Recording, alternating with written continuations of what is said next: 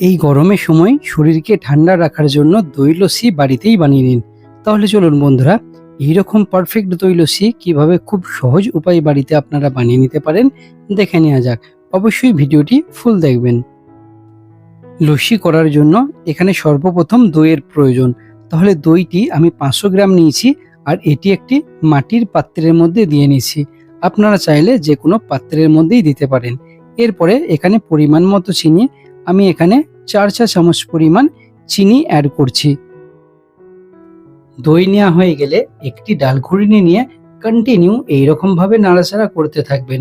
এই দইটিকে বেশ পারফেক্ট ভাবে ফাটিয়ে নিতে হবে।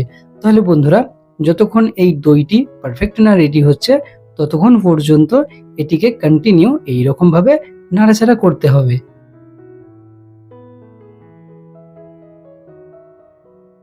তাহলে আমাদের দই কিন্তু পারফেক্ট এখানে